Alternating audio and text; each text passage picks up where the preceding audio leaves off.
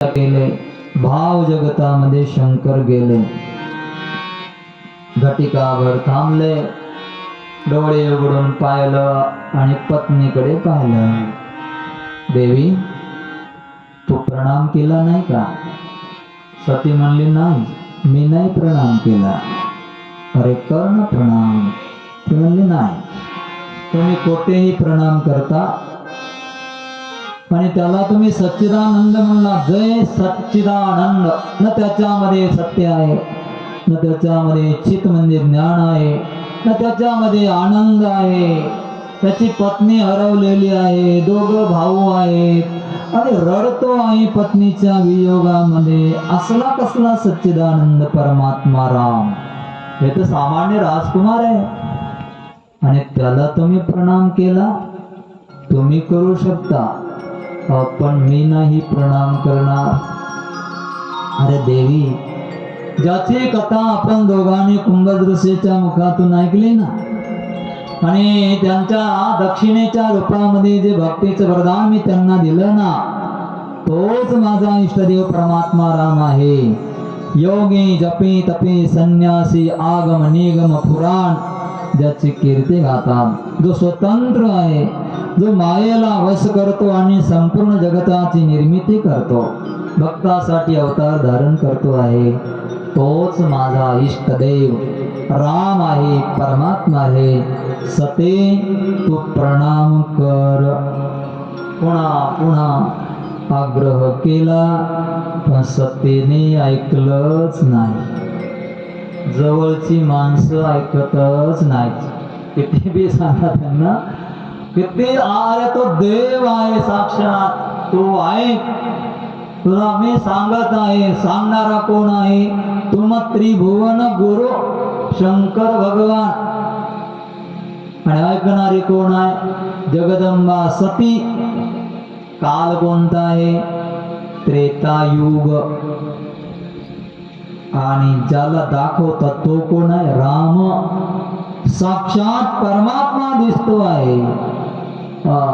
साक्षात शंकर भगवान सांगत आहे, सतीला सांगत आहे. त्रेतायुग होता तरी पण सतीने ऐकलं नाही. तर आजकाल जर आपण सांगत असेल तर आज तर कलियुग आहे. कोणा आपण काही शंकरासारखे नाहीये आणि ऐकणार आमच्या तुमच्या सारखे आहे. पटत नसेल, झेपत नसेल, पचन होत नसेल तर काही दोष मानायचा नाही.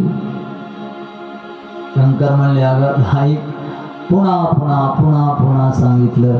ऐका, साधना करणाऱ्या साधकाला एकदा सांगावं. Private limited. साधन करणाऱ्या साधकाला एकदा सांगावं. शिष्याला, पत्नीला पुन्हा पुन्हा पुन्हा पुन्हा सांगावं. पतीला पुन्हा पुन्हा पुन्हा पुन्हा बहुवार सांगावं. कारण दोघांचा संबंध मरण जन्मापर्यंत आहे. क्लासमध्ये विद्यार्थ्याला शास्त्र कळत नसेल, त्याला पुन्हा पुन्हा सांगावं. ऐका, सेवा करण्यासाठी शिष्याला कधीच सांगू नये. त्याने मनाने सेवा करायची. मनाने सेवा केली की देवाला प्राप्त होते. सांगितल्यावर सेवा केली पुण्य होतं. सांगूनही केली नाही तर पाप लागतं. अभ्यासम सुसाईबन सेवा नाथ परम धर्म येही देवा. पत्नीला पुन्हा पुन्हा पुन्हा पुन्हा सांगावं. पतीला पण सांगावं, मित्राला पण पुन्हा पुन्हा सांगावं. पुस्तक कळत नसेल, अभंगाचा अर्थ कळत नसेल, पुन्हा पुन्हा सांगायचं. परमार्थाची साधना एकदा सांगायची.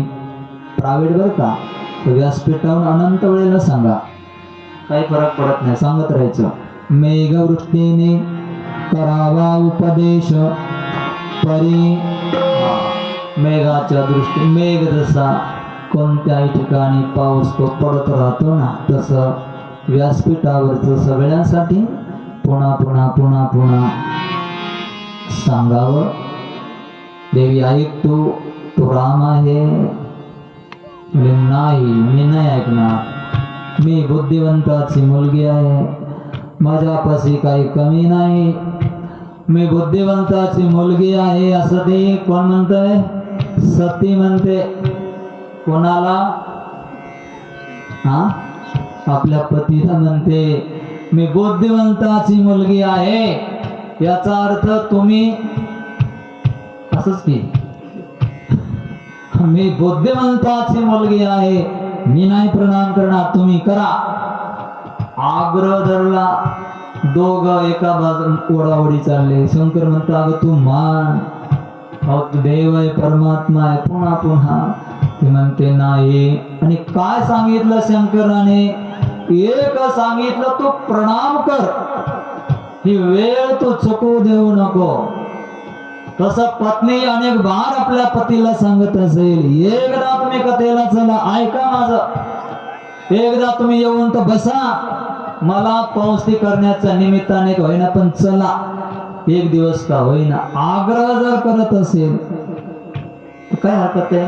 ऐकायला काय हरकत आहे? ऐकायला पाहिजे ना. ऐकलं ते कल्याण आहे. पण दुराग्रह एवढा मोठा बसलेला असतो अहंकार, ते ऐकायलाच तयार नाही. पुन्हा पुन्हा आग्रह केला, पाय ना. शंकर म्हणून हसले, म्हणले देवी बिहसे. बिहसे म्हणजे हसले. सुनी महेश बिहसे, हरी माया जानी बलजिय. वा, माझ्या मायेवर रामाच्या मायेने प्रभाव केला. मी सांगतोय स्वतः, असं कधी पहिलं घडलं नाही, भविष्यामध्ये कधी होणार नाही की माझं हिने ऐकलं नाही. आणि चांगली माझी सती. भगवान जाणे की रामाने काहीतरी पराक्रम केला आणि मायेने प्रभाव केला. मग शंकर भगवान हसले आणि म्हणले देवी ठीक आहे, मग तू बुद्धिवान आहेस ना, मग तू परीक्षा घेतल्याशिवाय ऐकणार नाहीस. हा, मग मी परीक्षा घेतल्याशिवाय कोणाच्याच पाय पडणार नाही. ठीक आहे. शंकर म्हणले ठीक आहे, नंदी खाली चल जरा, देवीला तुमच्या आईला जरा परीक्षा घ्यायची त्यांची. खाली उतरला नंदी. शंकर भगवान म्हणले नंदी इथं थांबतो, मी जरा वडाच्या झाडाखाली बसतो. शंकर भगवान वडाच्या झाडाखाली गेले, सतीला घेतला आणि सांगितलं सती मी इथं बसतो, जरा तू परीक्षा घे. आणि शंकर मनामध्ये म्हणतात बसायचंच आहे ना. शंकराने एक काम चांगलं केलं, आग्रह करायचा तेवढा केला आणि शेवटी म्हणले होई सोई जो राम रचिरा तो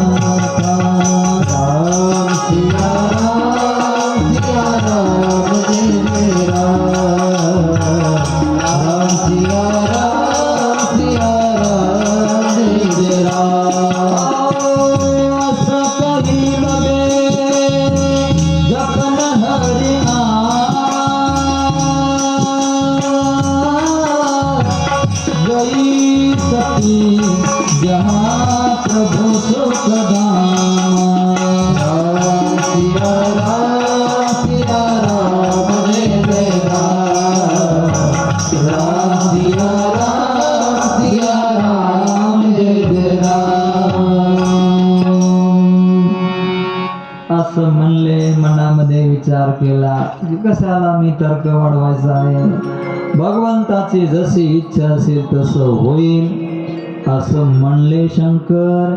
आणि वडाच्या झाडाखाली बसले आणि बसले ते बसले, शांत नाही बसले. असं काही लगे जपन हरिनामा. तुमचं कोणी ऐकत नसेल ना घरामध्ये, सदस्य, मुलगा नाही ऐकत, सून नाही ऐकत, सासू नाही ऐकत, सासरे नाही ऐकत, पती ऐकत नाही, पत्नी ऐकत नाही, मित्र ऐकत नाही, कोण कोणाचं ऐकताय? आता इथं जेवढे तुम्ही बसला तुमचं सगळे सगळंच ऐकतात का? सगळे सगळं ऐकत नाही.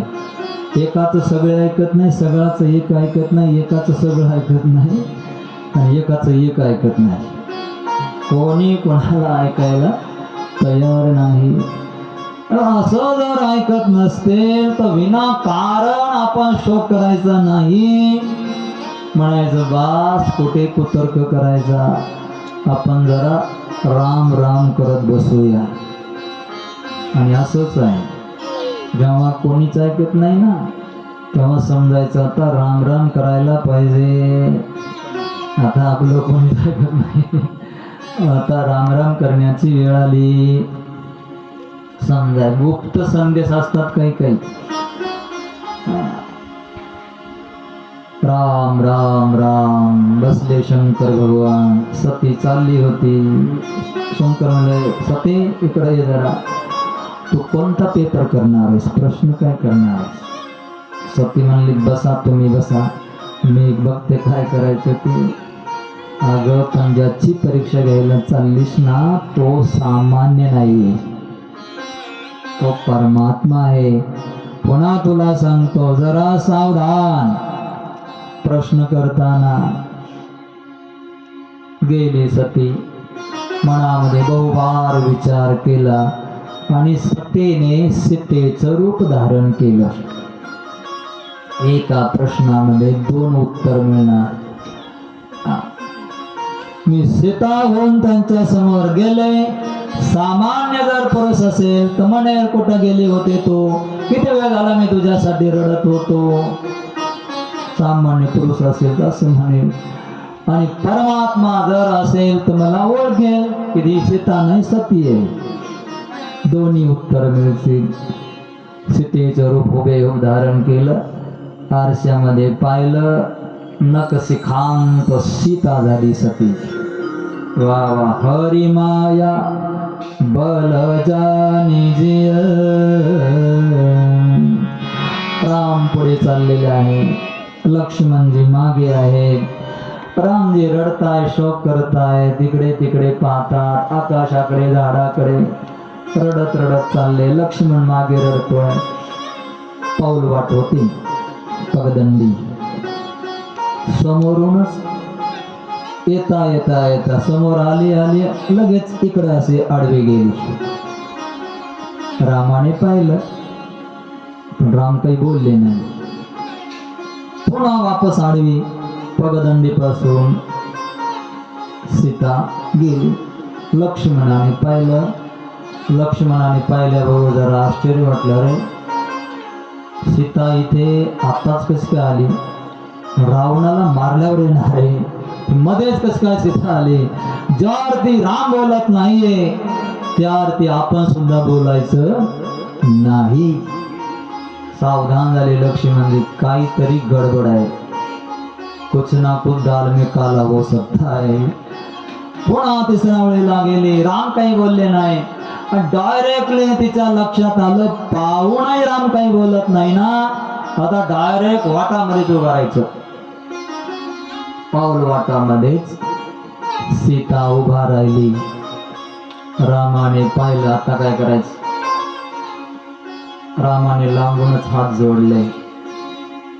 हात यासाठी जोडले की हात जोडल्यावर सतीने ओळखायला पाहिजे होतं की मला आता रामाने ओळखलं. कारण कोणताही पुरुष आपल्या पत्नी समोर हात जोडत नाही, आणि जोडले तर कधी सांगत नाही. जाऊ दे, एकांतामध्ये म्हणतो जाऊ दे ना, तुला काय करायचं, तुझ्या पाया पडतो बा, सोडून देतो म्हणतो का नाही. एकांतामध्ये लोक मनामध्ये म्हणणार नाही की मी तुझ्या पाया पडतो. ज्या अर्थी रामाने हात जोडले त्या अर्थी सतीने समजायला पाहिजे होतं की मला रामाने ओळखलेलं आहे. पण माया डोक्यावर चढलेली असल्यामुळे सतीने जाणलं नाही प्रभूचा इशारा. रामाने हात जोडलेलं ओळखलं नाही. रामाला वाटलं सतीला मायेनं चांगलं पकडलेलं आहे म्हणून राम पुन्हा म्हणले, मैं दशरथ का बेटा राम, हे जगदम्बा भवानी सती आपको प्रणाम करता है. भोले बाबा कहाँ गए, अकेले जंगल में क्यों घूम रहे हो. असं म्हणल्या बरोबर मग सतीला लक्षात आलं की आता मला ओळखलं. पळाली सती वापस. जशी वापस पळाली पलीकडून राम लक्ष्मण सीते सहित दिसले. पुन्हा माघारी फिरली, पुन्हा तिकडे, पुन्हा दक्षिण, पुन्हा उत्तर, पुन्हा इकडे तिकडे पाहते सर्वमय राम लक्ष्मण सीता तिला दिसू लागले. डोळे झाकले, कानावर हात दिला, चक्कर आल्यासारखी झाली, खाली बसली. विश्वरूप रामाने तिला दाखवलं. थोड्या वेळेला डोळे उघडले, पळाली सती. इकडे चाललं होतं शंकराचं श्रीराम जय राम जय जय राम, श्रीराम जय राम जय जय राम. भोला भगवंताचा राम राम जप चालला. आली जवळ जवळ पळत आली, धापा देतच आली. शंकराने ओळखलं धापा देते काहीतरी गडबड झाली. डोळे उघडून काढले शंकराने. देवी पाहिला बरोबर हसले पुन्हा. बघा शंकर हसणं शंकराने सोडलं नाही बरं का. ऐकलं नाही तरी हसले आणि आता आली परीक्षा देऊ तरी हसले आणि हसून विचारलं, देवी परीक्षा घेतली का. सती बोलली, कछो न परीक्षा लेन गोसाई, तीन प्रणाम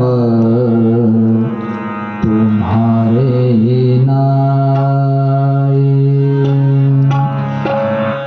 हे पतिदेव, मैंने कछु परीक्षा नहीं ली, आपने जैसा प्रणाम किया वैसा ही मैंने प्रणाम किया. पण बोलत असताना जरा शंकराने पाहिलं जीभ वेगळं बोलते, चेहरा वेगळा बोलतोय. ज्याला खरं बोलायची सवय ना त्याला खोटं बोलता येत नाही आणि बोललास तर पकडला जातो. कारण चेहरा एक सांगतोय, बोलण्यामध्ये थोडं बदलतो. लगेच ओळखला काहीतरी तुम्ही लपवताय माझ्यापासून. ओळखलं शंकराने. लक्षात आलं काहीतरी सती माझ्यापासून झाकते आहे. नेत्र बंद केले, ध्यान लावलं. ध्यानामध्ये शंकराने पाहिलं सतीने सीतेचं रूप धारण केलं. सीतेच्या रूपामध्ये रामाच्या समोर गेली. रामाने प्रणाम केला. सगळा चित्रपट समोर दिसला. जसं आता टीव्ही मध्ये दिसत ना सगळा चित्रपट, कधीही कोणतं बी टाका लगेच दिसत. तसं शंकराला सगळं दिसतं. भूतकाळातलं दिसतं, भविष्य काळातलं, वर्तमान काळामधलं. जसं पाहायला रे अरे, सीता माझी माता आहे, राम माझे पिता आहेत. या सतीने सीतेचं रूप धारण केलं. माझी माता आहे सीता. आता जर मी संसारिक प्रापंचिक संबंध या सतीशी ठेवला तर भक्तिपंथ समाप्त होईल. आणि जर मी हिचा त्याग केला पहिला दुःख होईल. तो मनामध्ये विषाद योग आला. दुःखी झाले शंकर भगवान. शंकराला पण विषाद योग येतो. भल्या भल्याला सोडत नाही विषाद. आता मी काय करू. शंकराला पण वाटलं आता मी काय करू. म्हणून शंकराने अंतर जगामध्ये गेले, ध्यान केलं रामाचं. हे प्रभो, अशा धर्म संकटामध्ये मी सापडलो आहे.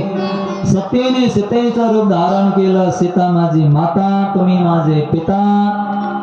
प्रापंचिक संबंध जमणार नाही. आता मी त्याग करू तर सती दुःखी होईल. माझी पत्नीही आहे आणि प्रिय भक्तही आहे, मी काय करू. मनामध्ये स्मरण झालं, प्रेरणा दिली रामाने, जोपर्यंत सतीचा हा देह आहे तोपर्यंत माझा प्रापंचिक संबंध या देहाशी होणार नाही, असा शंकराने संकल्प केला. देवलोकांनी शंकराचा जय जयकार केला. बोलिये शंकर भगवान की जय हो भोले बाबा. तुमच्यासारखा समर्थ भक्त या जगामध्ये त्रिभुवनामध्ये कोणी नाही. भक्तीची रक्षा करणारे तुम्ही एक मात्र आहात. आणि फुलांची उधळण केली. शंकराच्या डोक्यावर फुलं पडले. देवांना सतेने पाहिलं, जय जयकार करतात. आणि असा कोणी भक्त नाही, असा कोणी बोलणार नाही. सती शंकराला म्हणते, नाथ तुम्ही कोणता संकल्प केला. शंकर म्हणले, कशावरून तो कशाला लक्ष देते, काय झालं ते बघा ना. देव लोक तुमची स्तुती करतात, जय जयकार करतात. काय बोललात तुम्ही मनामध्ये, काय संकल्प केला. शंकर म्हणले मनामध्ये, हिला जर आता सांगू तुला मी सोडलंय ते आताच रडत बसेल. पण शंकर सांगत नाही मला, अरे जाऊ दे. देव लोकांचं काय, कधी कधी रडतात, स्तुती करतात, कधी नाचतात, कधी भोगामध्ये असतात. त्यांच्याकडे लक्ष देऊ नको, चल बस नंदीवर बस. कथा पुराण इतिहास सांगायला सुरुवात केली. टर्न मारला आणि बस पोहोचले कैलास पर्वतावर. पण सती काय तेवढी भोळी नव्हती. तिला कळालं काहीतरी शंकराने संकल्प केला. जसे शंकर उतरले कैलास पर्वतावर, वडाचं झाड आहे हातामध्ये, स्वतः उतरले. मृगचर्म आसन जे होतं ते आसन घेतलं. वडाच्या झाडाखाली जाऊन बसले. दंडकवनामध्ये ज्या रामाचं रूप पाहिलं होतं त्या रामाच्या रूपाला आपल्या ध्यानामध्ये उतरविलं. नेत्र बंद केले. समाधीमध्ये शंकर भगवान पोहोचले. सहज स्वरूप शंकर समारा, लागे समाधी अखंड अपारा. मंगल भवन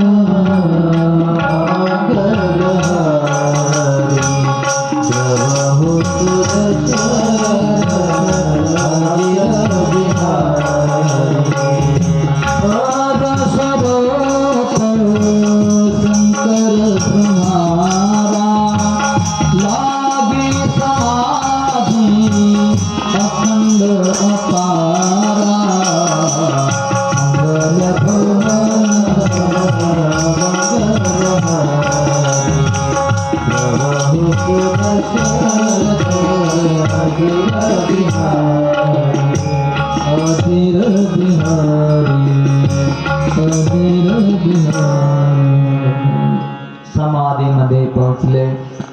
सती इकडे एकटी या कैलास पर्वतावर आहे. कोणी नाही जगामध्ये. 2 दिवस झाले, 3 दिवस झाले, 4 दिवस झाले, 1 सप्ताह झाला, महिना गेला, 2 महिने, 3 महिने, 4 महिने, वर्ष गेलं. 1 वर्ष, 2 वर्ष नाही 87,000 वर्ष गेले. पण सती एकटी राहिली. सतीने कोणाला सांगितलं नाही माझा त्याग केला आहे. पण तिला दुःख झालं की माझ्या कर्तृत्वामुळे अशी घटना घडली. एकटी राहिली. तिला भरपूर परिवार होता, मोठा. दक्षाची कन्या, 16 बहिणी होत्या. तिच्या परिवार मोठा होता. पण तिने सांगितलं नाही, दुःख सहन केलं. या दुःखाचं कारण काय आहे मनामध्ये शोध करत राहिली. तिच्या लक्षात आलं शेवटी 2 कारण मिळाली. मैं रघुपती कर तीन अपवादा. रघुपती रामाचा अपराध केला. त्यांची पत्नी होऊन त्यांच्या समोर गेले आणि पतीने सांगितलं तेव्हापासून मी त्यांचं ऐकलं नाही. वृषा पती वचन कोणी वृषा माना, त्याच्यामुळे ही घटना घडली असावी. म्हणून मनोमन जगदंबा सती मनामध्ये संकल्प करते, हे प्रभू राम, तुम्ही दीनदयाल असाल आणि माझं प्रेम काया वाचा मनाने माझ्या शंकराच्या चरणी असेल तर मला माझे शंकर पती रूपाने मिळावे अथवा माझा हा देह समाप्त व्हावा. असा जेव्हा संकल्प केला त्याच वेळेला शंकर भगवान तिकडे जागे झाले. राम राम शिव सुमिरन लागे, जाने वो सती जगत पति जागे.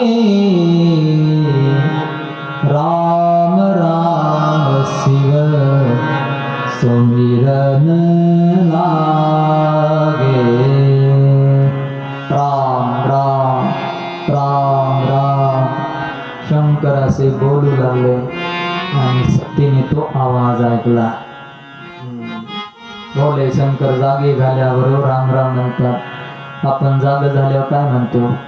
हळू का देतात? अगं कंबर मोडतो म्हणतो का नाही? राम म्हणतो का? काय म्हणतो? हा काहीतरी आ बोलणार, ओ बोलणार, त्यापेक्षा राम राम राम मग अंगोडायचं. उठल्यावर राम हरी विठ्ठला पांडुरंगा म्हणून तर बघा सवय लावा. एवढं जरी केलं ना, सकाळी उठल्याबरोबर रामाचं आठवण होणं, रात्र सफल होते आणि पुढं दिवस सफल होतो. उठल्यावर राम कृष्ण हरी माऊली पांडुरंगा. तुकाराम महाराज उठले की म्हणायचे पांडुरंगा विठ्ठल. राम राम राम राम राम शंकर. तिथे अमरनाथ आहे ना, तिथे शंकर राहतात. तिथं कोण नव्हतं तेव्हा ऐकलं सतीने राम राम शंकर म्हणतायत. जाणे वो सती जगतपती जागे. बोलली ना, जगतपती जागे, जगाचे पती जागे झाले. माझे नाही पण जगामध्ये मी पण आहे, मी अंश रूपाने आहे. माझे पती जागे झाले. पळत गेली सती आणि जाऊन प्रणाम करणार शंकरापाशी. शंकराने पाहिलं आली, सावध झाले शंकर. लगेच बसायला आसन टाकले. बसा. आता पत्नी आल्यावर जर शंकराने आसन टाकलं तर पत्नीला काय वाटेल?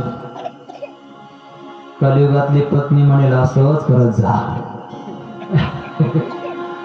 त्यावेळेचा त्रेतायुगामधला बसणारा शंकर तो त्याने आसन टाकलं. सती होती, तिला वाईट वाटलं. माझं आसन इथं नाहीये, माझं आसन तर डाव्या बाजूला आहे, डाव्या मांडीवर आहे. सतीला वाईट वाटलं. हात ठेवला आसनावर, बाजूला केलं आणि सती समोर बसली. शंकराला लक्षात आलं आता सती बोलणार आहे. का तुम्ही माझा त्याग केला ते केला. 7 दिवस नाही, महिना नाही, वर्ष नाही, 87,000 वर्ष तुम्ही त्याग केला.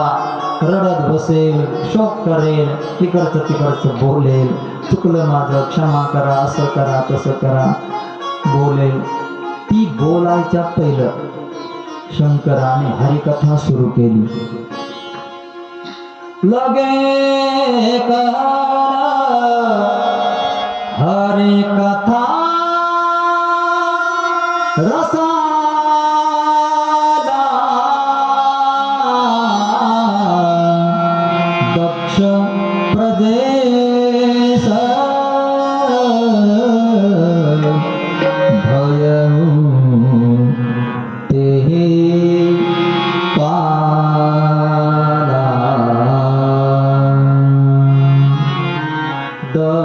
दक्ष प्रदेश भयऊ तेहि काला.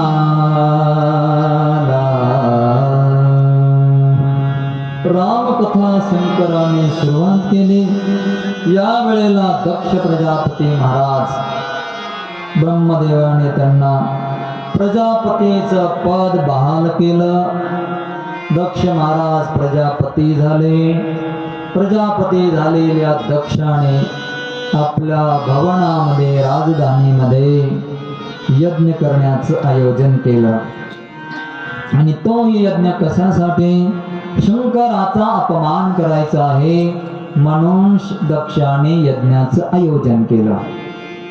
सगळ्या देवदेवतांना निमंत्रण दिलं, शंकराला आणि विष्णूला निमंत्रण दिलं नाही. दोघाला निमंत्रण सोडून दिलं, सगळ्यांना निमंत्रण दिलं. यज्ञ आहे दक्ष प्रजापतीचा हरिद्वार क्षेत्रामध्ये. हरिद्वार पाहिलं असेल, हरिद्वार क्षेत्रामध्ये आजही दक्ष महाराजांचं मंदिर आहे. तिथं कणखल परिसरामध्ये तिथं यज्ञ सुरू झाला. यज्ञासाठी देवता लोक आकाश मार्गाने आपापली विमानं घेऊन धरतीवर यज्ञाकडे निघाले. पण जाता जाता देव लोक डायरेक्टली स्वर्गामधून हरिद्वारला येऊ शकत होते, पण तिकडं न जाता बायपास कैलास पर्वता करून अमरनाथाच्या वरून चाललेले आहेत, मुद्दाम चालले. आणि तो आवाज विमानांचा त्या सती जगदंबाने ऐकला. पहिली दुःखी होते. शंकर रामकथा सांगतात. दोघं बसलेले आहेत. सती रामकथा ऐकायला बसलेली आणि वरून विमान चालले. 50 विमान निघाले, 100 आले. सतीचं लक्ष गेलं. सती म्हणते, पतिदेव हे विमान कुठं चालले? शंकर म्हणले, आकाश मार्ग आहे, विमान जातच असतात आकाशाने, तू कथेकडे लक्ष दे. पुन्हा खाली मान घातली, कथा ऐकत बसली, मन लागत नव्हतं. एकदा चूक झाली ना तर पुन्हा कथेमध्ये मन नाही लागत. पुन्हा 500-600 विमान एकदा चालले. पुन्हा त्याच्या मागे 33 करोड देवता लोकांचे विमान चालले. सती म्हणते, आहे नाथ, एक नाही, दोन नाही, हजारो विमान चालले. ते आतापर्यंत एवढे विमान इथून कधी गेले नाही. सांगा ना, हे विमान कुठे चालले? शंकर म्हणले, देवी तुझ्या बापाच्या घरी यज्ञ आहे, तिथं चालले ते सगळे जण. सतीचा बाप शंकराचा कोण आहे? सासरा म्हणायचं ना, माझ्या सासऱ्याच्या घरी चालले. शंकराला थोडा राग आला. म्हणले, तुझ्या बापाच्या घरी यज्ञ चालणार, तिथं हे चाललेले आहे, तू कथेकडे लक्ष दे. आओ, असे तुमचं आणि माझ्या बापाचं बऱ्याच दिवसापासून खटकलंय, बोलत नाही, मौन धरलंय. आणि सासऱ्यामध्ये जावयामध्ये असे खटकाखटकी बरोबर नाहीये. आता अवसर आहे, वेळ आहे, अशा वेळेला आपण जाऊया दोघ जण यज्ञामध्ये. शंकर म्हणले, देवी असं आहे, न बोलवता काही लोकांच्या घरी जाणं बरोबर आहे. कोण कोण? जदपि मित्र प्रभु गुरु गेहा,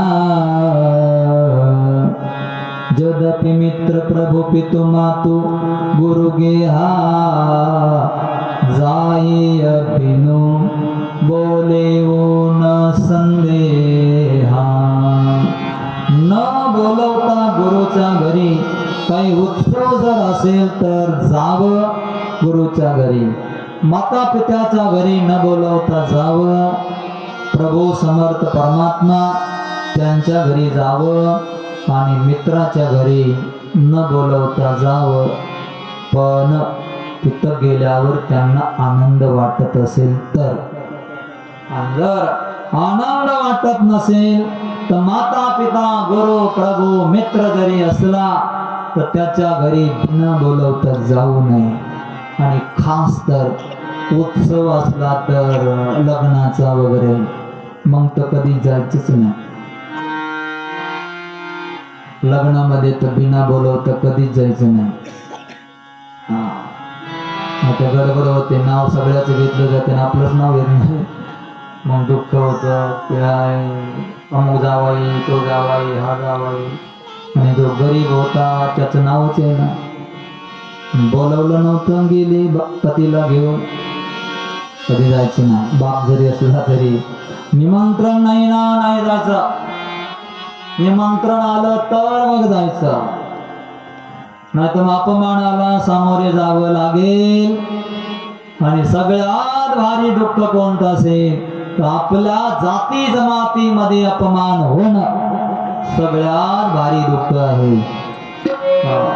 रोगाचं दुःख तेवढं नाही, जन्माचं तेवढं नाही, पण अपमानाचे सबते कठीण जाती अपमाना. जातीमध्ये अपमान. देवी आपल्याला निमंत्रण नाही.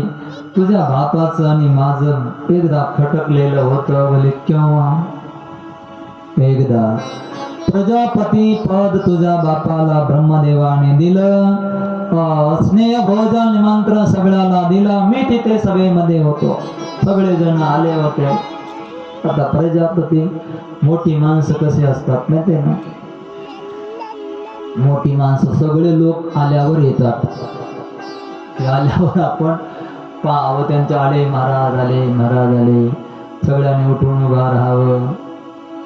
महाराज होते दक्ष प्रजापती, आले. शंकर पहिले येऊन बसले होते. टाईम होता येण्यासाठी. 33 करोड देवता लोक आले होते. शंकर भगवंतांना वाटलं आता माझा सासरा येण्यासाठी जरा उशीर आहे, तर आपण बसूया. शंकराचा स्वभाव, डोळे झाकले आणि जप करायला सुरुवात केली. राम राम राम मनामध्ये सुरू झालं. रंगले ना शंकर भगवान, गेले आतमध्ये. बाहेरचं काही स्मरण नाही राहिलं, कुठं बसलो काही नाही, काहीच नाही. आणि ऐका, ज्याला आतला आवाज ऐकायची सवय लागली त्याला बाहेरचा आवाज ऐकायला येत नाही. आत जर पोचला ना, बाहेरचा काय आवाज येत नाही.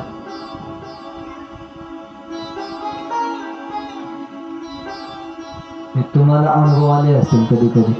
तुम्ही मोबाईल पाण्यामध्ये रमले, आईनं हाक मारले, बाळा चल जेवायला चल, त्याला ऐकून सुद्धा त्याला ऐकायला येत नाही. म्हणजे तो त्याच्यात गेलेला आहे. होतंय का नाही असं कधी?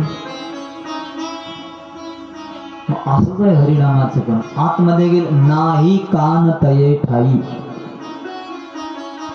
गवळणीची दशा अशी झाली, कान तये ठाई नाही. कोण लोक बोलताय, निंदा करताय, सती करताय, कान तिकडे दिलेले नाही, आतमध्ये गेलेल्या होत्या गवळणी. त्याच्यामुळे न एक काय बोलतेत लोक त्याच्याकडे लक्षच नाही.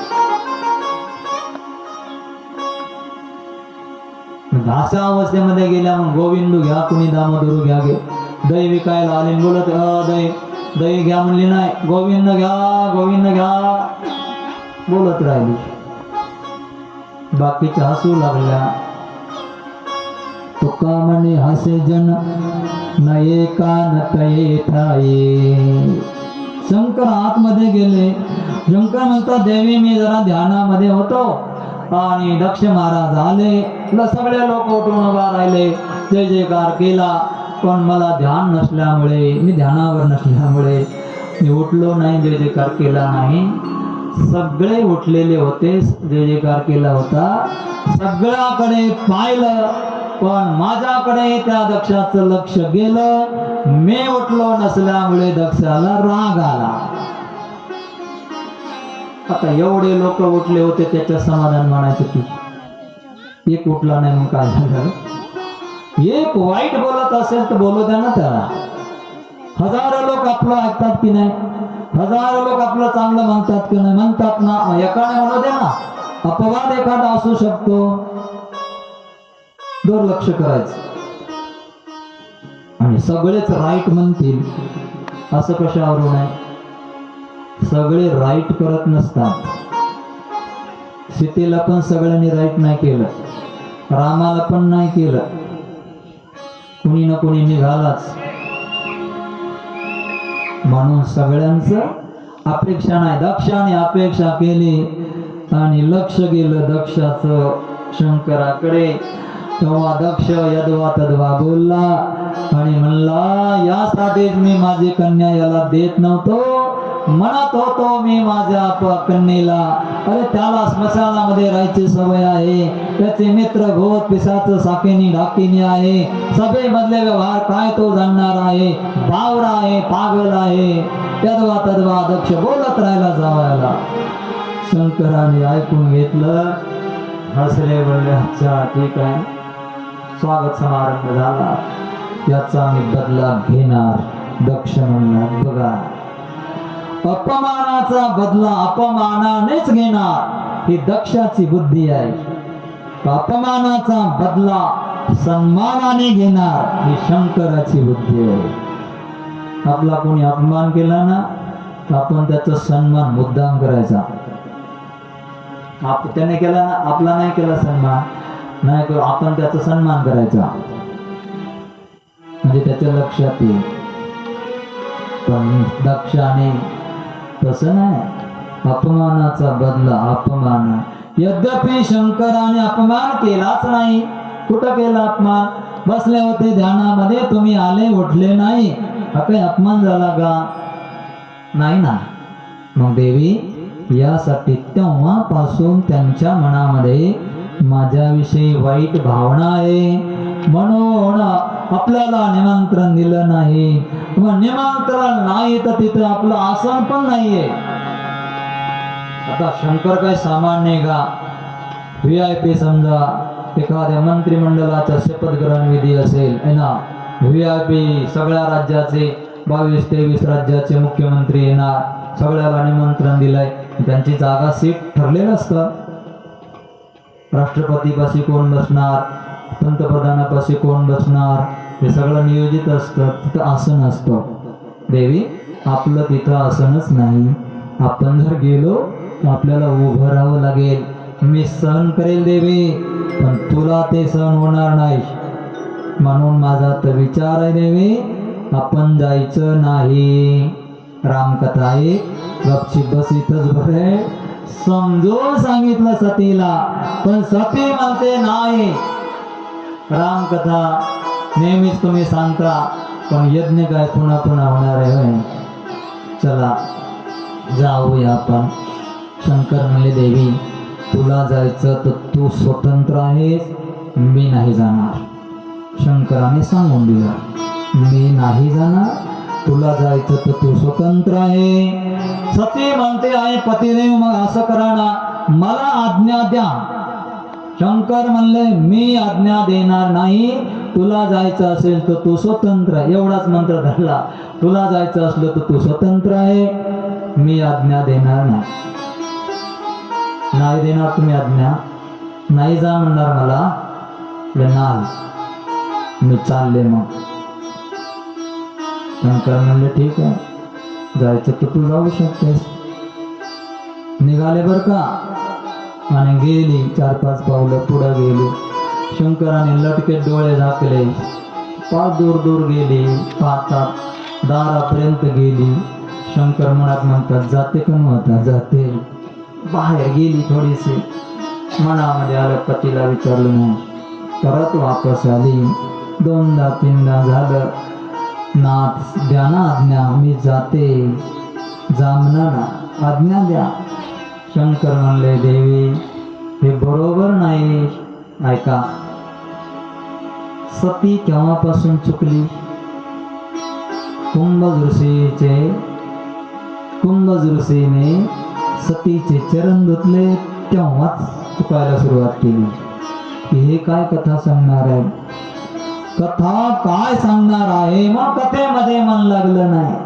श्रद्धा विश्वासाने कथा ऐकली नसल्यामुळे कथेमध्ये देव समजत असतो, तो समजला नाही. त्याच्यामुळे प्रत्यक्ष राम पाहिला तरी लक्षात आलं नाही.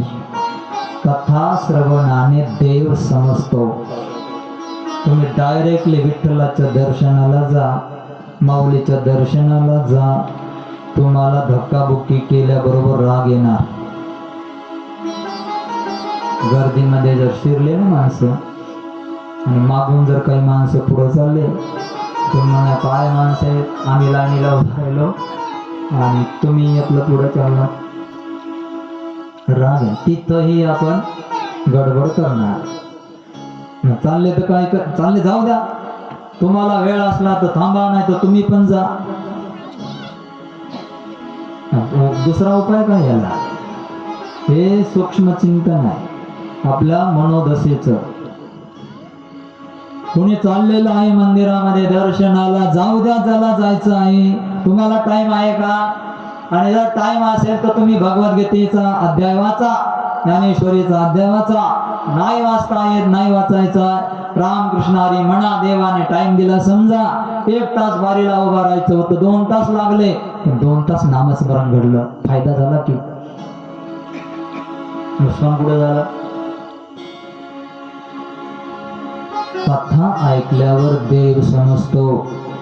आणि कथा जर चांगल्या प्रकारची ऐकली नाही तर साक्षात देव जरी आला समोर, राम आला, सतीला नाही कळाला राम, सांगून सुद्धा नाही कळाला. दुसरी चुकी केली. शंकर म्हणले ऐक राम आहे, प्रणाम कर. नाही प्रणाम केला. चुकत सती गेली. पुन्हा आता शेवट राम कथा ऐकायला बस, विमानाकडे लक्ष देऊ नको दिलं. पुन्हा बापाच्या घरी जाऊ नको म्हणतेत राम, हे शंकर. पण तरी सतीने आग्रह धरला. 2-3 वेळेला, 4-5 वेळेला म्हणली सती. शंकर म्हणतात हरी माया बलवत्तर आहे, आता हिला जा म्हणायलाच पाहिजे. मनात आलं. आणि मग शंकर म्हणले देवी तुला जायचं आहे ना, तर जा, अशी माझी आज्ञा आहे. सती प्रसन्न झाली. एक काम कर, तुझे सगळे कपडे, साहित्य, स्नो पावडर सगळं बरोबर घे, साडी चोळी घे, तिथं काही ठेवू नको. स्वतः शंकर उठले. नंदे शृंगे भृंगे पळतच आले. 2-3 जण. तुमच्या आईला तिच्या बापाच्या घरी नेऊन घालायचं, लक्ष द्यायचं बरं का. काही घटना घडली तर मदत करायची. बघा 4-5 वेळेला ऐकलं नाही होती ना, पण शंकर शेवटी म्हणले इज्जत दिली, सादर जायचंय ना जा. वाट लावलं. सांभाळ बर का, तब्येतीला सांभाळ बर का. शंकराला माहित सगळं सामान का दिलं. शंकराला माहित होत आताही वापस येणार नाही, म्हणून सगळं साहित्य दिलं. आणि हिचं जर साहित्य, साडी चोळे राहिले, हे जर पाहिलं मी घरामध्ये तर तिची आठवण येईल मला, आणि आठवण आली की मला दुःख होईल. म्हणून सगळा बोरी विस्तार तिला बरोबर दिला. आणि वाट लावलं. कैलास पर्वतावर शंकर भगवान एकटे राहिले. सती नंदीवर बसून शृंगी भृंगी गणाला घेतलं. आणि इकडे बाप तयारीमध्ये होता. बापाने घोषणा केली होती का यज्ञ त्यासाठी केलाय, शंकराचा अपमान करायचा आहे. दक्षाला माहित आहे शंकर येणार नाही, पण सती आल्याशिवाय राहणार नाही.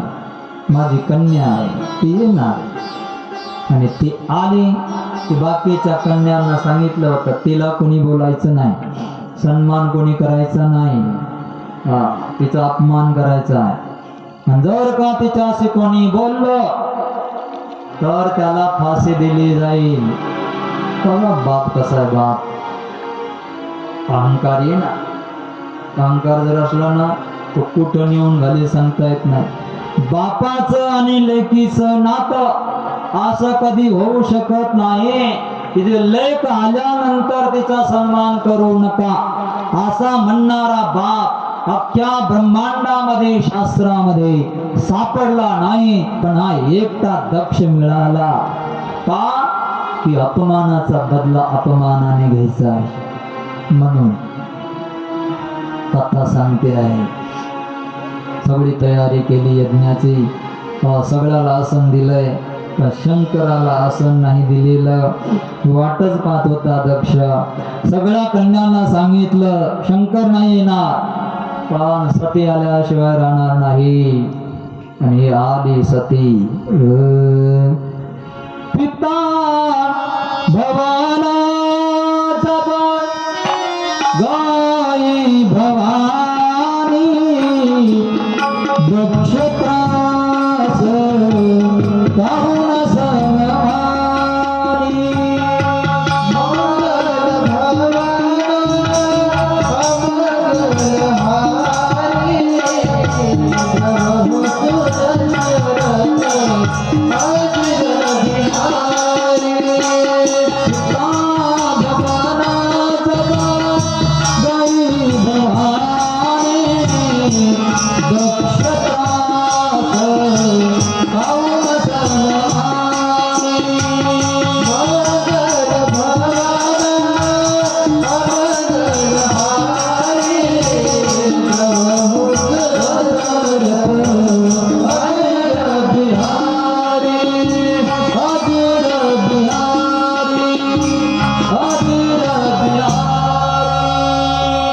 जशी सती जगदंबा आली, बाकीच्या बहिणीने पाहिलं, पदराखाली तोंड झाकून हसू लागल्या. पती वेडा ती वेडा, पण ही पण वेडी झाली. तिने ऐकले शब्द, कानावर शब्द पडले, अतिशय दुःख झालं. पळाली, तिकडे तिकडे पाहिलं, आई समोर दिसली. आई म्हणून जशी पळाली सती, आईने दोन्ही हात वर केले, आलिंगन दिलं, खाली बसवलं, पाणी दिलं, मांडीवर घेतलं. सती, मी आहे, कशाला तू दुःख करते? तुझ्या बापाची बुद्धी अहंकाराने चूर झाली आहे, मी आहे ना. ऐका, कितीही काहीही झालं, कदाचित बाप बदलेल, पण आई बदलत नाही. कुपुत्रो जायेत क्वचिदपि को माता न भवती. तू माता कधी होत नाही. आईने सादर सत्कार केला, कुरवाळलं, प्रेम केलं, समजून सांगितलं. यज्ञ मंडपामध्ये जय जयकार चाललेला होता. सती उठले, यज्ञ मंडपाकडे पळाले, यज्ञपाशी जाऊन उभे राहिले. जटाधारी संन्यासी जपी तपी सहाकार मंत्राकार बोलतात. बरोबर असे होते, महाराज तुम्हाला चांगल्या प्रकारचा धर्म कळतो. ब्रह्मा विष्णू शंकर ज्या यज्ञामध्ये असतात तो यज्ञ सफल होतो. तुमच्या जटा दाढी जमिनीला टेकायची वेळ आलेली आहे. माझ्या बापाची बुद्धी अहंकाराने चोर झालेली आहे, भ्रष्ट झालेली आहे. माझा बापही चांगल्या प्रकारचा पश्चाताप करेल आणि तुम्हीही चांगल्या प्रकारचा पश्चाताप करता. ज्या यज्ञामध्ये शंकराला आसन नाही तो यज्ञ कदापि सफल होणार नाही. असं म्हणून ध्यान केलं शंकराचं, हृदयामध्ये शंकराला उतरविलं आणि योगाग्नी निर्माण केला शरीरामध्ये. मरत असताना ध्यान केलं, यज्ञामध्ये ते समर्पित केलं. हाहाकार झाला, गण तिथं होते, करायला सुरुवात केली, मारायला सुरुवात केली.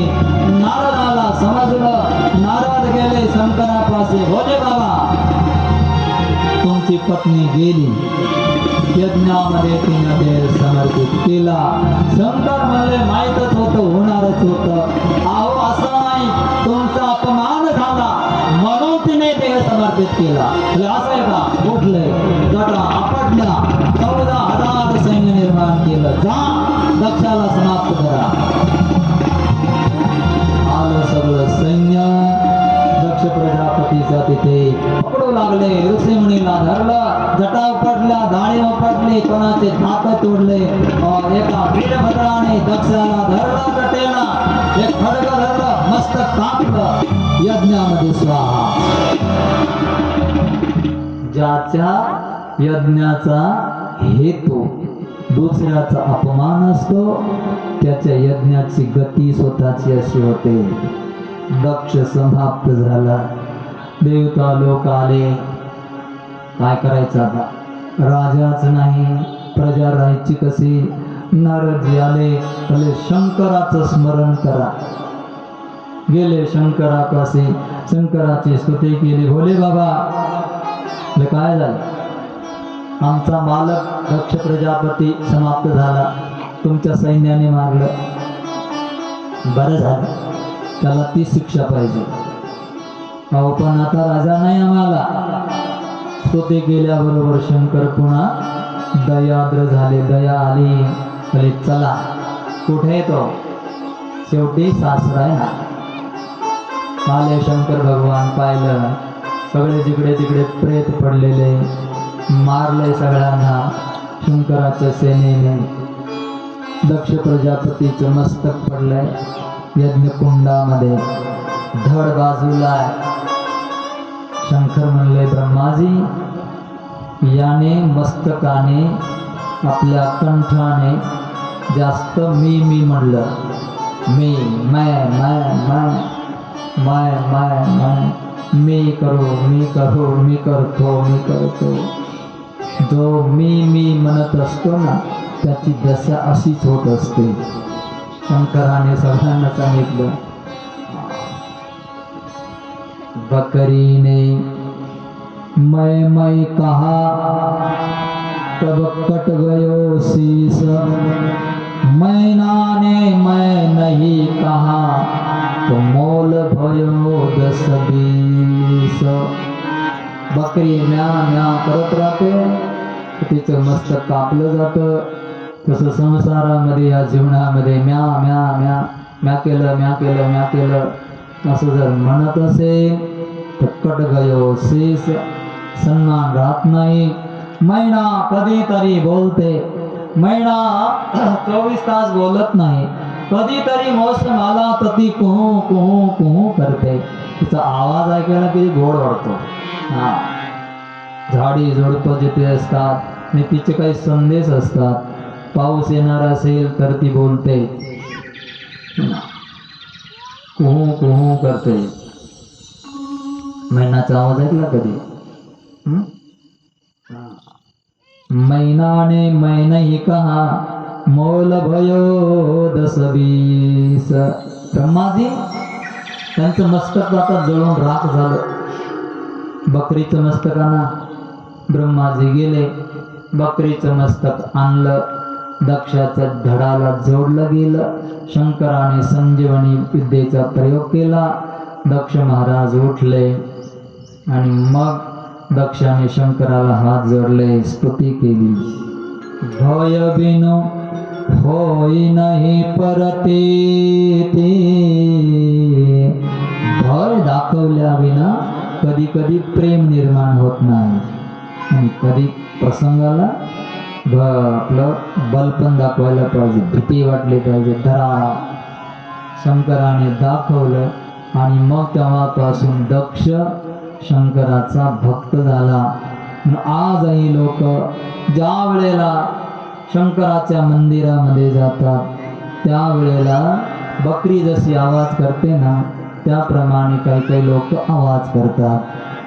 करणं काही जरुरी नाही तेवढं. असं सहज गेलं, दर्शन घेतलं महादेवाचं तरी चालतं. पण काही माणसांना ते सवय, बोलतात बकरी जशी आवाज करते तसं बोलतात. तसं बोललं शंकराला सासऱ्याची आठवण येते, म्हणून तसं बोललं जातं. बाकी काही हेतू नाही त्याचा. बोलायलाच पाहिजे असाही काही आग्रह नाही. मी तर म्हणेल बोलू नका. दक्ष आणि शंकर जाणे, आपण फक्त बोलायचं. ओम नमः शिवाय एवढं बोलायचं. ओम नमः शिवाय, ओम नमः शिवाय, ओम नमः शिवाय, ओम नमः शिवाय.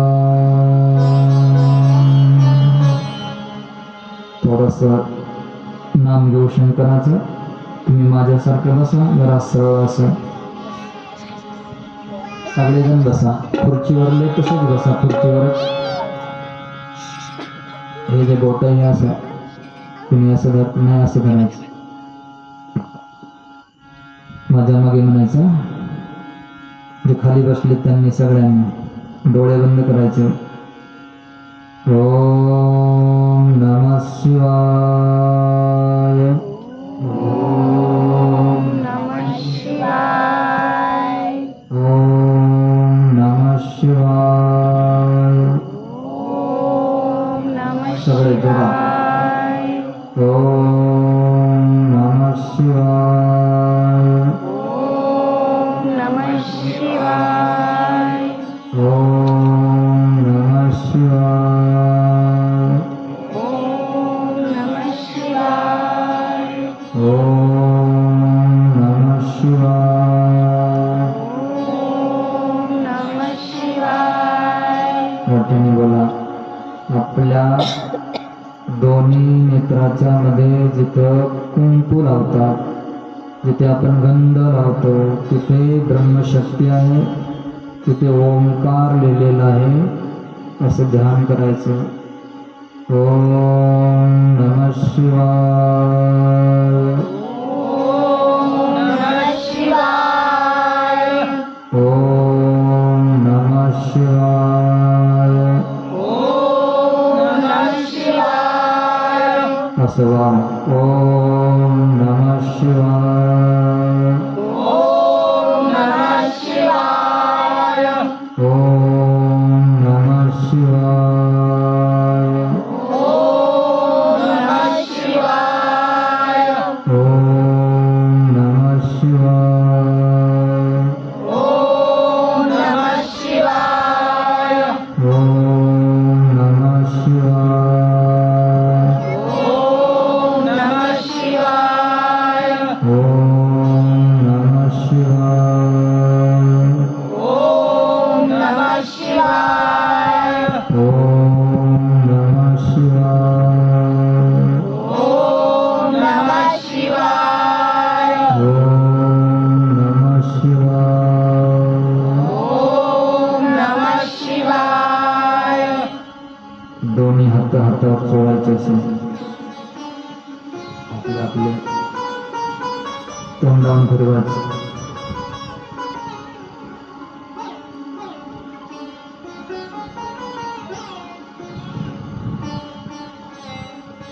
आता डोळे उघडा.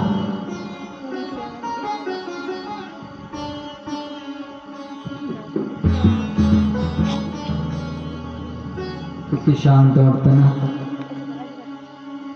असं रोज सकाळी उठल्याबरोबर केलं तरी चालतं, किंवा लवकर उठला 4 वाजता आंघोळ केली बसला तर सांगतो प्रायव्हेट. जो देव तुम्हाला आवडतो त्या देवाला समोर ठेवायचं. 2 दिवे लावायचे दोन्ही करून, लाईट बंद करायची आणि हा मंत्र जपला तर अतिसुंदर. तर जो तुम्हाला मंत्र दिला गुरुने किंवा जो तुमचा मंत्र आहे तो मंत्र जपायचा. कोणता असेल तो 24 मिनिटं जपायचा. सकाळी 24 मिनिटं, संध्याकाळी 24 मिनिटं. ओम नमो भगवते वासुदेवाय. हवी असेल. ओम सरस्वते नमः. शांत जपायचा. परमार्थ हा गंभीरतेने शांततेने करायचा. तुर्कावृत्ती करायची नाही. थोडे तरी निरे अविटते घ्यावे खरे. असं कधी शांत व्हाल बरं, कधी शांत व्हाल. शांत आता काय नाही. जास्त नित्यनेमही करायची गरज नाही. ज्याला काय येत नाही, ज्याला सगळं येतंय, दोन्हीसाठी हे आहे. आम्ही पण तेच करतो. कधीही केव्हाही हेच. उठल्याबरोबर आपला जो मंत्र आहे असं बसायचं, तो मंत्र जप करायचा. डायरेक्ट केलं तरी. आता देव नसेल समोर ना, मग देव नसेल, देव आहे अशी मनामध्ये धारणा करायची. तो कुठे नाही आहे, मूर्ती आहे तर आहेच समोर. नसेल तर ती मूर्ती समोर उभी बसलेली आहे. जशी असेल तशी तुमची गुरु असतील गुरु सुरू करायचं लगेच ताबडतोब. कुठेही असू द्या तुम्ही.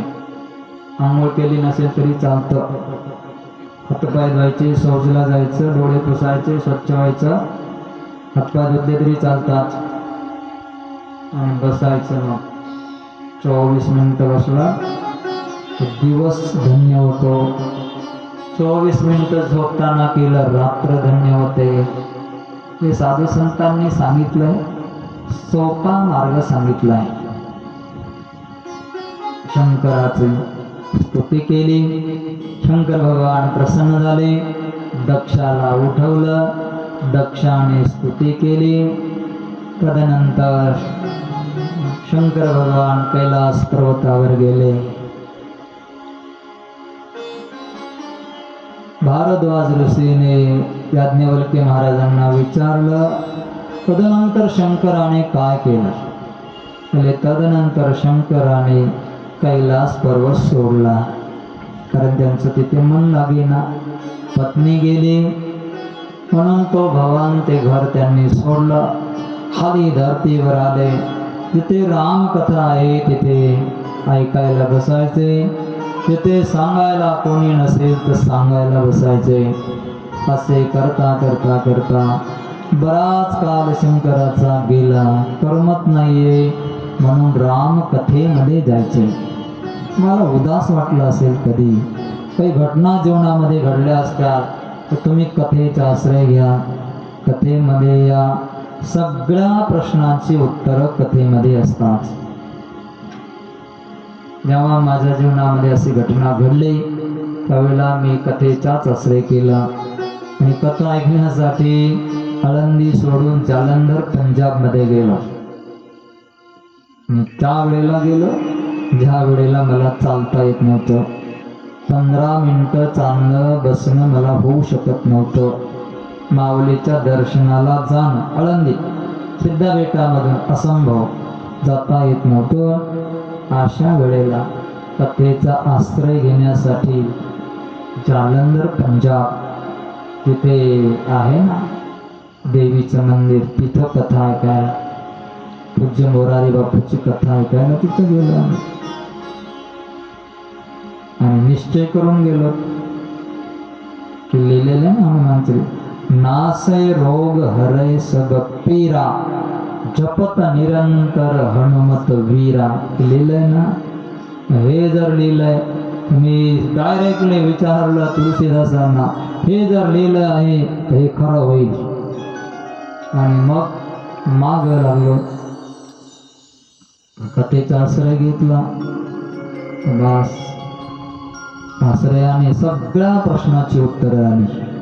9 दिवसाच्या कथेमध्येच आपल्या मनामध्ये जो कोणता प्रश्न असेल, थकले भागला असाल, श्रम झालेला असेल तर कथेचा आश्रय घ्या.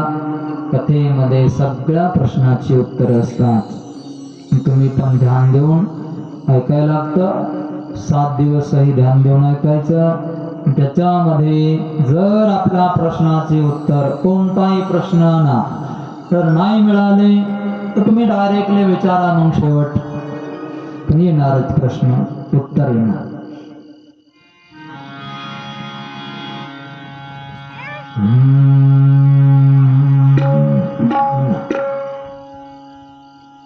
त्यासाठी उत्तरकांड आहे ना, सप्तकांड आहेत रामायणाचे. त्याच्यामध्ये उत्तरकांडामध्येही ते प्रश्नावली आहेच. जो कोणता प्रश्न असेल कथा आपल्याला समाधान देते. म्हणून गोस्वामी तुलसीदासांनी त्या कथेची रचना केली. आपल्या मनाला प्रबोध होण्यासाठी शंकर भगवान तिथून निघाले. खाली कैलास पर्वत सोडला, कथेचा आश्रय घेतला. फिरत फिरत एकदा पिंपळाच्या झाडाखाली बसले शंकर भगवान. आणि ज्या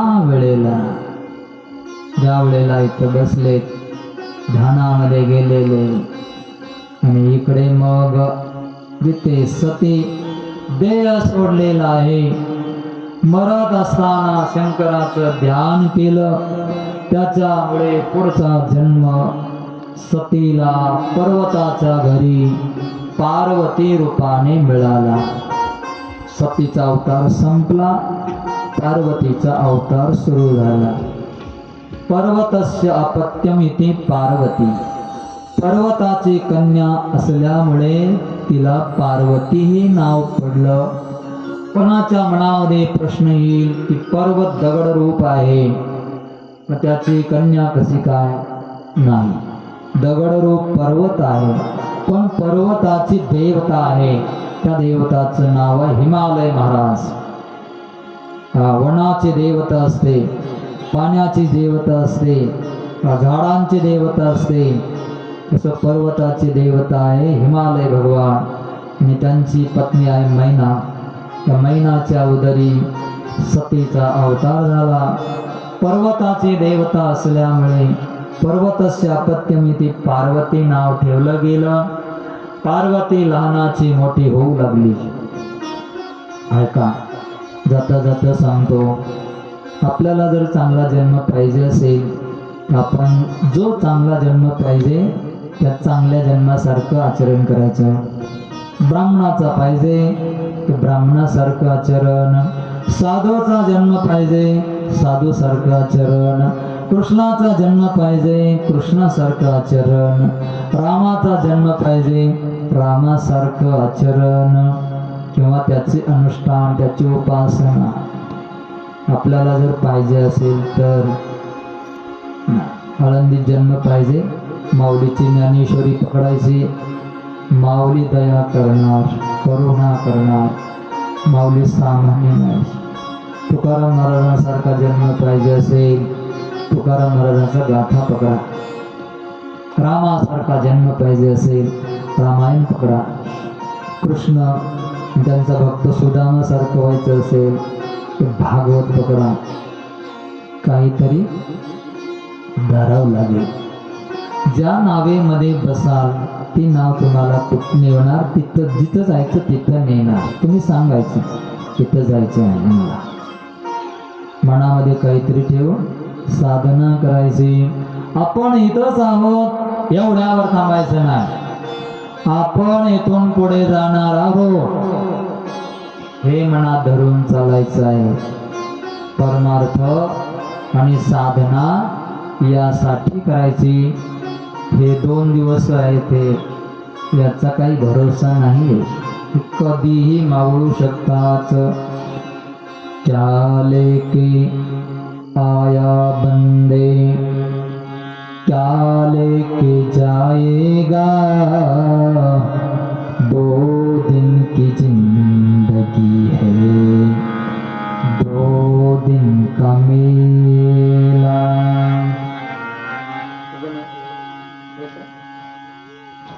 इस जग की सराय में मुसाफिर रहना 2 दिन का, क्यों उर्था करे गुमान मूर्ख इस धन और जोबन का, बंदी उठी आया जग में खाली हाथ जाएगा, खाली हाथ जाएगा, 2 दिन की जिंदगी है, 2 दिन का मेला, 2 दिन की जिंदगी है, 2 दिन का मेला. ज्याची उपासना करायची त्याला मोकळं सोडायचं नाही. त्याला म्हणायचं एवढं काम करायचं देवा तुम्हाला. हनुमंताला म्हणायचं हनुमानजी एवढं काम तुम्हाला करावं लागतंय, ते ऐकणार आपलं. कृष्णाला सांग कृष्णा तुझं मी नाम घेणार आहे पण एवढं काम करायचं, मला पुढचा जन्म भक्ताचा द्यायचा, असं सांगायचं तर लगेच देणार. काळूबाईची सेवा करायची ना, आईला सांग आई मला पुन्हा जन्म पाहिजे बरं का, आणि तुझाच भक्त व्हायचा आहे मला, असं सांगायचं. त्या मार्गाने चालायचं. आणि मग असं भक्ती करता करता ध्यान त्याचं केलं. अंतकाळाच्या वेळेला ज्याचं तुम्ही ध्यान कराल त्याची प्राप्ती पुढच्या जन्मात होतेच, प्रश्नच नाही. पार्वतीने ध्यान केलं शंकराचं, पण दुसरा जन्म पर्वताच्या घरी पार्वती मिळाला. पार्वती श्रद्धेचं रूप आहे. गेलेला आपला पती, वियोग सोडलेला पती, त्यांनी आपल्याला सोडलेलं, पुन्हा तो मिळायचा आहे. म्हणून त्या सतीने ध्यान केलं, अग्नीमध्ये प्रवेश केला. आता येथे तिला शंकर पती रूपाने मिळणार आहे, म्हणून ही पार्वती झाली. पार्वती श्रद्धा आहे. श्रद्धा हळूहळू हळू वाढत असते, एकदम श्रद्धा नाही वाढत. एकदम जर श्रद्धा वाढली तर समजायचं एकदम खाली येऊ शकते. प्रभाव पाहिला, सत्संग ऐकला, गाड्या घोड्या मुख्यमंत्री सगळं पाहिलं, लवाजमा, आणि श्रद्धा निर्माण झाली आणि तुम्ही झाले शिष्य, पुन्हा म्हणते श्रद्धा टिकत नाही, पतन होत लवकरच. जेवढं लवकर उंच जाल तेवढं लवकर खाली येणं होतं. जेवढं विमान गतीने उंच होत जातं ना तेवढं खाली पण लवकर येतं. हळूहळू हळू पार्वती हळूहळू वाढू लागली. श्रद्धा हळूहळू हळू वाढली पाहिजे. श्रद्धा हळूहळू जशी वाढत गेली तसे साधू संत तिथे येऊ लागले. एकदा नारदजी फिरत फिरत आले. नारदजीला पाहिलं. हिमालय महाराज आणि मैनाने नारदजीचं स्वागत केलं, चरण प्रक्षालन केले, तीर्थ घेतलं. आपल्या भवनामध्ये तीर्थ शिंपडलं, कान्याकोपऱ्यामध्ये तीर्थ प्राक्षण केलं आणि म्हणले, हिमालय महाराज, नारदजी, माझी एक कन्या आहे. बोलावलं पार्वतीला. पार्वती आली. पार्वतीने नारदाचं दर्शन घेतलं. नारदाने पाहिलं, अतिशय सुंदर कन्या आहे. लेकर बाळ असतात ना घरामध्ये, त्यांना साधूचं दर्शन घ्यायला, ते दर्शन घे, पहिलं तुम्ही घ्यायचं. पोराला सांगा, म्हणजे पोरग मागा मागा सरकत, जवळ येत नाही. त्याचं डोकं धरून खाली पाहायला जातं. तसं नाही करायचं, संस्कार करायचे त्याला. बाळा, बाबाचं दर्शन घेत जा रोज, आईचं दर्शन घेत जा, आजोबाचं दर्शन घे, माझं दर्शन घे, तुझ्या बापाचं दर्शन घे, रोज शाळेत जाताना माझं दर्शन घेत जा. जिजाबाई छत्रपती शिवाजी महाराजांना सांगायच्या, रामाचं आचरण कसं होतं बघा राज. मग ते सगळं महाभारताच्या कथा, रामायणाच्या कथा, पांडव प्रतापाच्या कथा, या सगळ्या जिजाबाईने शिकवल्या छत्रपती शिवाजी महाराजांना. पहिले गुरु छत्रपती शिवाजी महाराजांचे जिजाबाई माता, आणि नंतर समर्थ रामदास स्वामी, नंतर जगद्गुरु तुकाराम महाराज, पहिले जिजाबाई. इथून सगळी सुरुवात आईपासून होते. संस्कार द्यायचे त्यांना.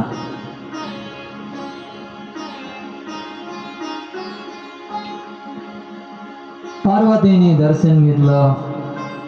हिमालय महाराज म्हणले, मैना म्हणते, नारदजी, माझ्या मुलीचं भविष्य पहा बरं. भविष्य एक शास्त्र आहे आणि ते सत्य पण आहे, पण त्याचा पूर्ण अभ्यास लागतो. भविष्यशास्त्री असा एक 7 वर्षाचा कोर्स आहे. व्याकरण शास्त्री, वेदांत शास्त्री, पुराण शास्त्री, भविष्यशास्त्री असे प्रकार आहेत. जसं 10वी नंतर सायन्स आहे, कॉमर्स आहे, काय जे असेल तुमचं ते सगळं आहे की नाही. साईट वेगळ्या वेगळ्या, डॉक्टरमध्ये बी वेगळ्या वेगळ्या पदव्या, तसं इकडं पण तसंच आहे. भविष्य शास्त्र आहे. नारदाने पार्वतीचा हात हातामध्ये घेतला, रेखा पाहिल्या. या सगळ्या रेषा आपलं जीवन सगळं ह्याच्यावर लिहिलेलं आहे. इथं काय होणार आहे, ही रेषा कुठं चालली, कशी चालली, कोणाची कशी रेषा आहे, याच्यामध्ये लिहिलंय. सातबारा त्याची दृष्टी भविष्यशास्त्रकारांना असते, माहीत असते. नारदाने हातामध्ये हात घेतला, पार्वतीचं भविष्य सांगायला सुरुवात केली. हे जगदंबा, मैना, तुमची जे कन्या आहे ना, अतिशय आणि सहज सुंदर आहे. सुंदर सहज सुशील सयाने नाम उमा अमृता भवानी. मंगल भवन अमंगल हारी ब्रह्म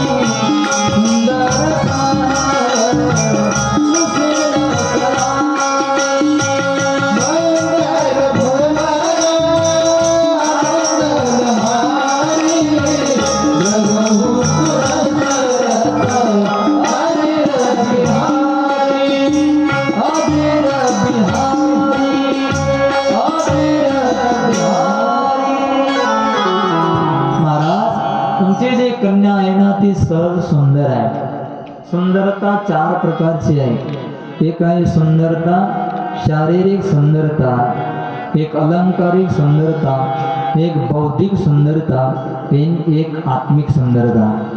शारीरिक सुंदरता, देवाने जसं बनवलं आहे तसं आपल्याला राहावं लागतं. काळा रंग दिला तर काळच राहणार आपण. आपला नाक डोळ्यामध्ये ठेवणमध्ये जरा वेगळं काही केलं तसं राहावं लागेल. सुंदरता बनवली तसं. ही सुंदरता शारीरिक सुंदरता आहे, पण आहेच सुंदर. शारीरिक सुंदरता जगदंबा भवानी पार्वतीची अतिशय सुंदर आहे. अलंकारिक सुंदरता, अलंकार सुंदरता म्हणजे माणूस कसाही असू दे, कसाही असू दे, त्याला सुंदर जर बनवायचं असेल तर त्याला थोडासा खर्च करावा लागेल. 2-2 लाख रुपये द्यावं लागतात ब्युटी पार्लरमध्ये जाऊन, आणि मग सुंदर होतं.